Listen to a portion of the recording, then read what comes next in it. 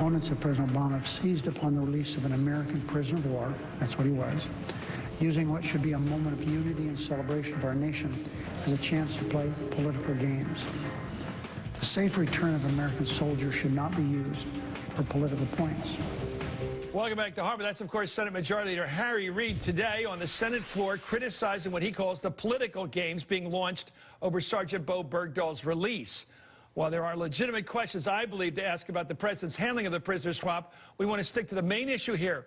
Was the Obama administration right to release 5 Taliban prisoners in exchange for an American soldier who, it appears, walked off his post? Joining me right now is U.S. Congresswoman Marsha Blackburn from Tennessee. She's a Republican. And Michael Tomasky is a special correspondent for the Daily Beast. Let me start with the Congresswoman. Your views about how you would have handled it differently, what your main critique is here of the president's decision. He made it. What's your critique?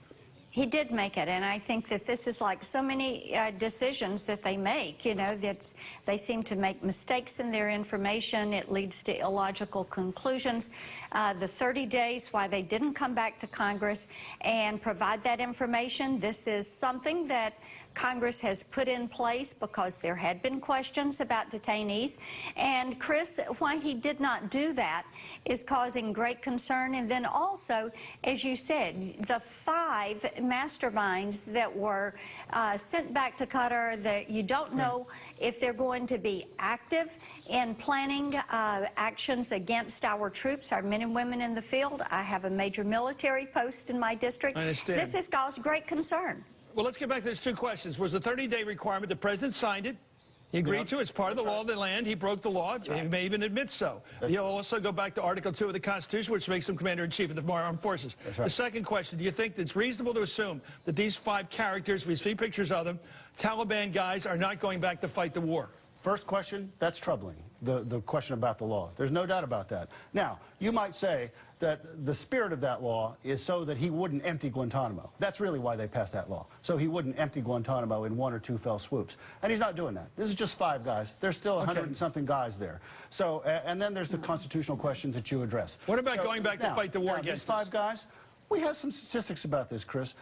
People have studied the recidivism rates of people who've gone back there. But they fought to get these guys back. They asked for this 5. I know that, but they're not just back in the fighting.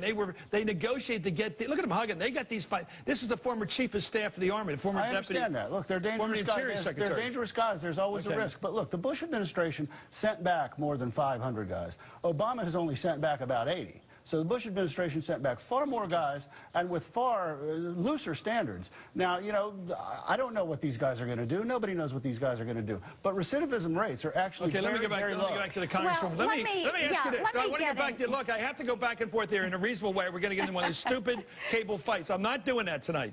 Right. Let me ask you another question. If you could have gotten a better deal to get Bergdahl back, what would it have been? I mean, you got to think 5, 4, 3, none. What would you have given the Taliban to get the American servicemen back, or would you give them nothing?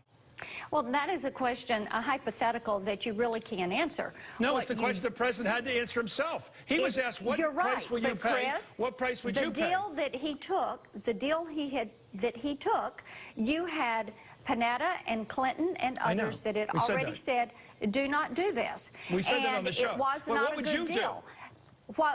I don't know. You never know what you're going to do in a given situation. You do know that 5 for 1 and what we have learned causes tremendous concern.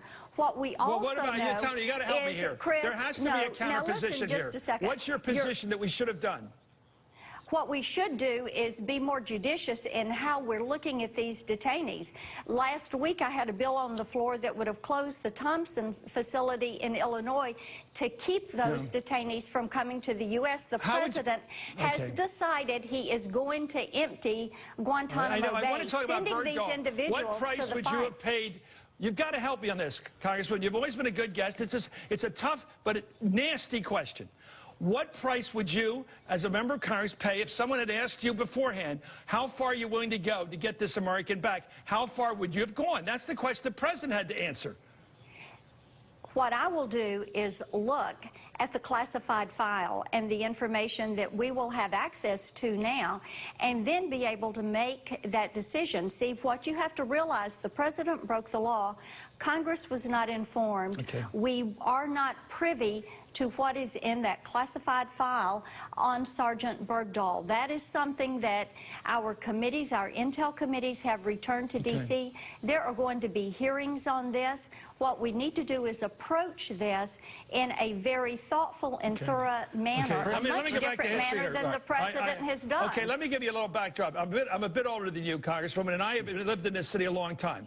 For good or evil, I've been here. And every year they have the MIA guys come to town, usually with the ponytails and the motorbikes. And they're still talking about MIAs. They're talking about people we left behind. Let me just try this by you, Michael, first. Suppose we'd left this guy behind. We said, no deal, this deal sucks. That guy sits over there and rots over there. He looks really skinny in these pictures, but he's going to rot because we ain't going to give any of these guys away. Right.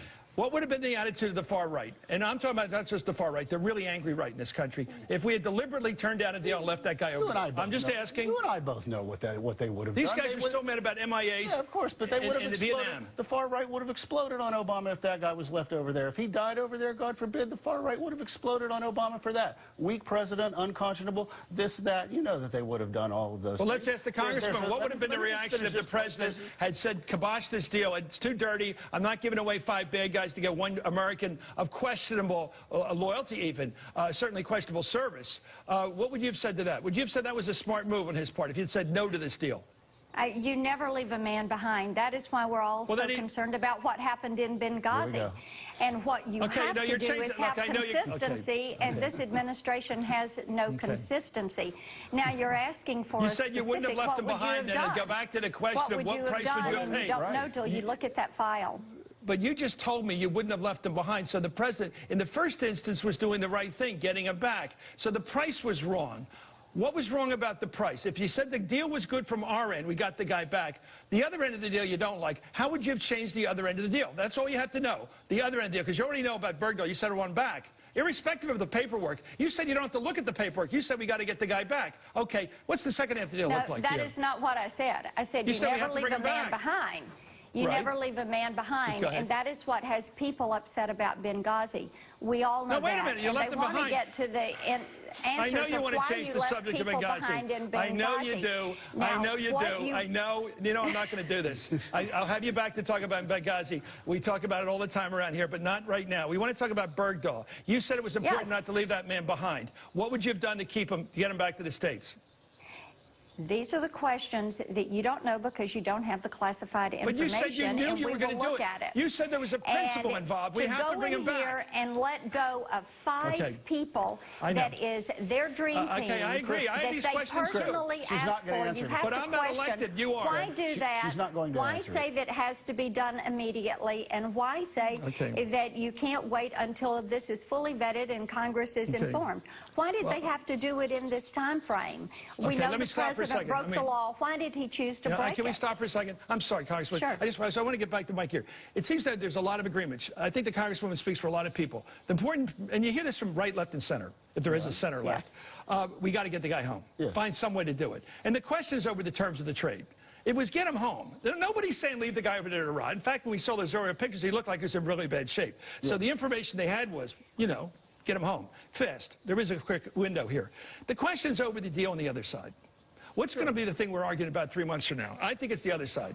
I think we're not going to be arguing about Bergdahl. Everybody's going to say we should have got him back. But that's easy to say if you don't say what the price. Everybody wants a new Cadillac. Well, if it's $5, we'll take it. If it's $50,000, I don't know. Bergdahl's going to go through a process. Bergdahl's going to come back. He's going to speak his piece. He's going to apparently go through the military court system, and they're going to determine whether he was a deserter or not a deserter, and that's going to happen. That may take 3 months. Will that help us understand this deal better? I probably that will. Is correct. His side. You think that information is important to know, Congresswoman, whether he was a good soldier or not?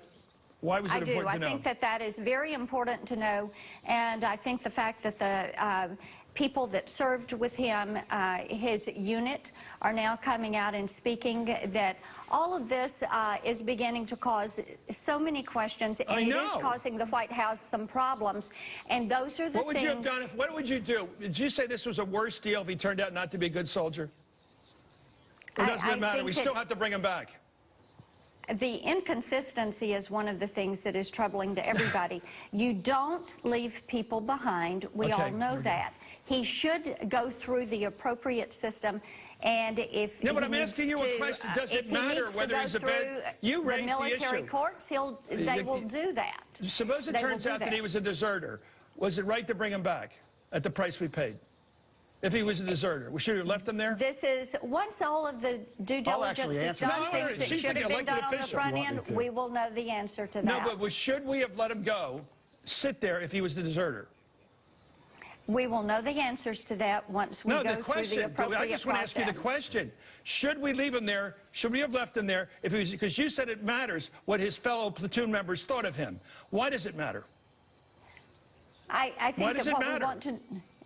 Why does it matter? You said you want to know what his fellow platoon members, you want an investigation. Why does it matter whether he's a bad guy or good guy if he's an American and we got to bring him back?